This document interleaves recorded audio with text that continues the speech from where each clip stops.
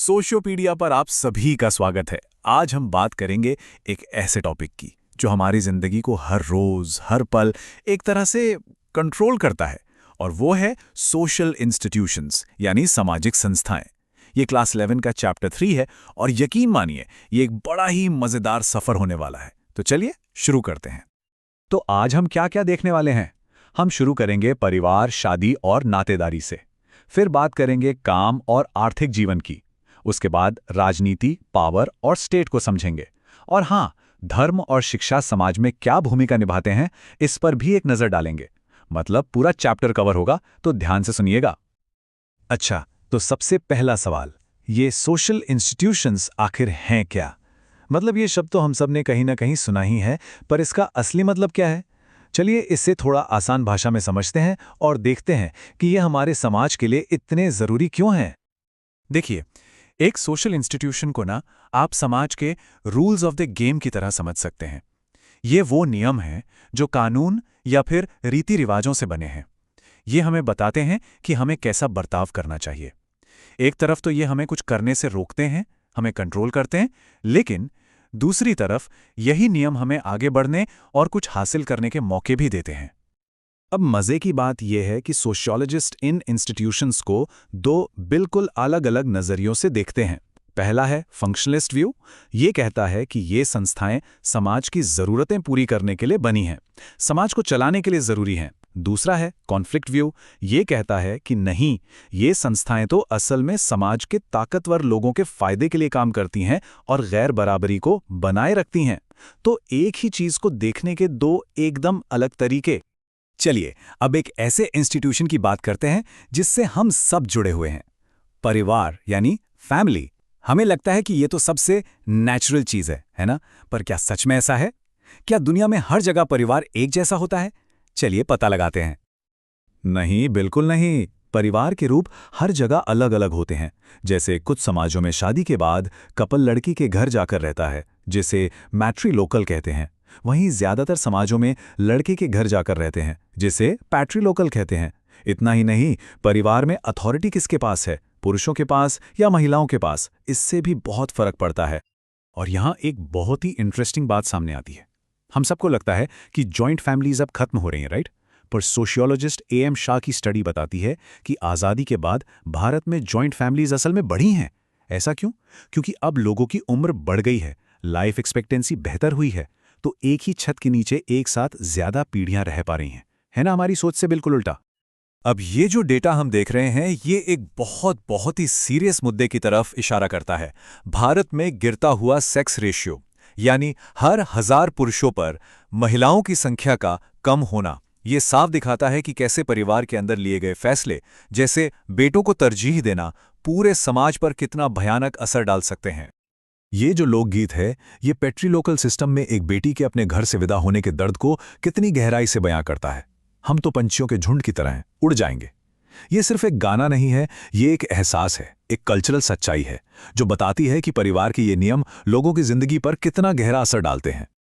शादी के भी अपने पक्के नियम होते हैं। एंडोगैमी का मतलब है कि आपको अपने ही ग्रुप, जैसे अपनी ही जाति या धर्म के अंदर शादी करनी होगी।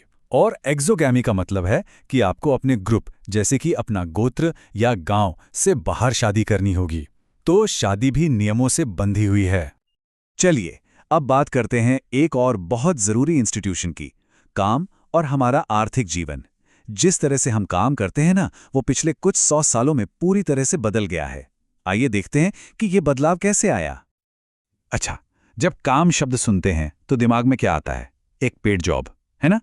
लेकिन सोशियोलॉजी में काम का मतलब इससे कहीं ज्यादा बड़ा है। इसमें वो सारा अनपेड काम भी शामिल है, जैसे घर का काम या बच्चों की देखभाल, और इनफॉर्मल इकोनॉमी का काम भी। मतलब हर वो मेहनत जिससे समाज चलता है, भले ही उसके पैसे मिले या ना मिले। तो काम का तरीका बदला कैसे? देखिए, पुराने जमाने में एक कारीगर घर पर ही एक सामान को शुरू से आखिर तक खुद बनाता था। उसे अपने काम पर पूरा कंट्रोल था। फिर आया इंडस्ट्रियलाइजेशन। काम को छोटे छोटे हिस्सों में बांट दिया गया। लोग घरों से निकल के फैक्ट्री में काम करने लगे। और अब ग्लोबलाइजेशन के दौर में काम और भी बिखर गया है।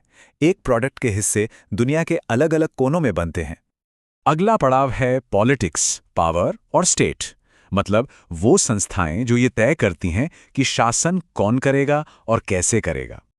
यहां दो शब्दों को समझना बहुत जरूरी है, पावर और अथॉरिटी। पावर यानी शक्ति का मतलब है किसी से अपनी बात मनवा लेना, चाहे वो मानना चाहें या नहीं। लेकिन अथॉरिटी यानी सत्ता, वो पावर है जिसे लोग सही मानते हैं, लेजिटिमेट मानते हैं। जैसे हम ट्रैफिक लाइट पर इसलिए रुकते हैं क्योंकि हम मानते हैं कि पुलिस के पास ये नियम लागू करने की अथॉरिटी है। मॉडर्न स्टेट्स में नागरिकों को 3 तरह के अधिकार मिलते हैं, सिविल राइट्स जैसे बोलने की आज़ादी, पॉलिटिकल राइट्स जैसे वोट देने का अधिकार, और सोशल राइट्स जैसे हेल्थ और एजुकेशन का अधिकार। और ये याद रखना जरूरी है कि ये अधिकार हमें आसानी से नहीं मिले हैं, इनके लिए लंबी लड़ाइयां लड़ी गई हैं। चलिए अब बात करते हैं धर्म की। सोशियोलॉजी धर्म को आस्था या विश्वास के नजरिए से नहीं देखती, बल्कि एक ऐसे पावरफुल सोशल इंस्टीट्यूशन के तौर पर देखती है जो समाज पर गहरा असर डालता है। तो सोशियोलॉजी क्या करती है? ये सवाल नहीं पूछती है कि कौन सा धर्म सही है। ये देखती है कि धर्म समाज में असल में काम कैसे करता है। ये अलग अलग धर्मों को बिना किसी भेदभाव के कंपेयर करती है और ये देखती है कि धर्म का हमारी जिंदगी के बाकी हिस्सों जैसे इकोनॉमी या पॉलिटिक्स से क्या कनेक्शन है। ये पवित्र और साधारण के बीच के फर्क को भी समझती है। इसका एक क्लासिक उदाहरण मैक्स वेबर की स्टडी है। उन्होंने बताया कि कैसे प्रोटेस्टेंट धर्म के एक रूप कैल्विनिज्म ने कैपिटलिज्म यानी पूंजीवाद को बढ़ने में मदद की। उनका तर्क था कि भगवान के लिए मेहनत करना और फिजूल खर्ची से बचना जैसी धार्मिक मान्यताओं ने एक ऐसा कल्चर बनाया जो बिजनेस और इन्वेस्टमेंट के लिए एकदम परफेक्ट था। और अब हम आते हैं अपने आखिरी टॉपिक पर, वो इंस्टीट्यूशन जो हमें समाज के नियम कायदे सिखाने का काम करता है, यानी एजुकेशन। और यहां भी हम वापस उन्हीं 2 नजरियों पर आते हैं। फंक्शनलिस्ट व्यू के हिसाब से एजुकेशन समाज को जोड़ने का काम करती है, सबको एक जैसे मूल्य सिखाती है। लेकिन कॉन्फ्लिक्ट व्यू कहता है कि एजुकेशन तो गैर बराबरी को और बढ़ाती है, क्योंकि किसी का बैकग्राउंड तय करता है कि उसे कैसी शिक्षा मिलेगी और आगे कैसे मौके मिलेंगे। सोचने वाली बात है ना? तो आखिर में सवाल ये उठता है कि ये सभी सोशल इंस्टीट्यूशंस, परिवार से लेकर स्कूल तक, हमारी जिंदगी को एक शक्ल देते हैं, हमें बनाते हैं। पर क्या हम यानी लोग इन इंस्टीट्यूशंस को भी बदल सकते हैं? क्या हमारे पास भी इन्हें एक नई शक्ल देने की ताकत है? अगर इस चैप्टर को और डिटेल में समझना है तो इसके पूरे नोट्स हमारे टेलीग्राम चैनल पर मिल जाएंगे। चैनल का लिंक नीचे डिस्क्रिप्शन में दिया गया है। आज के लिए इतना ही, शुक्रिया।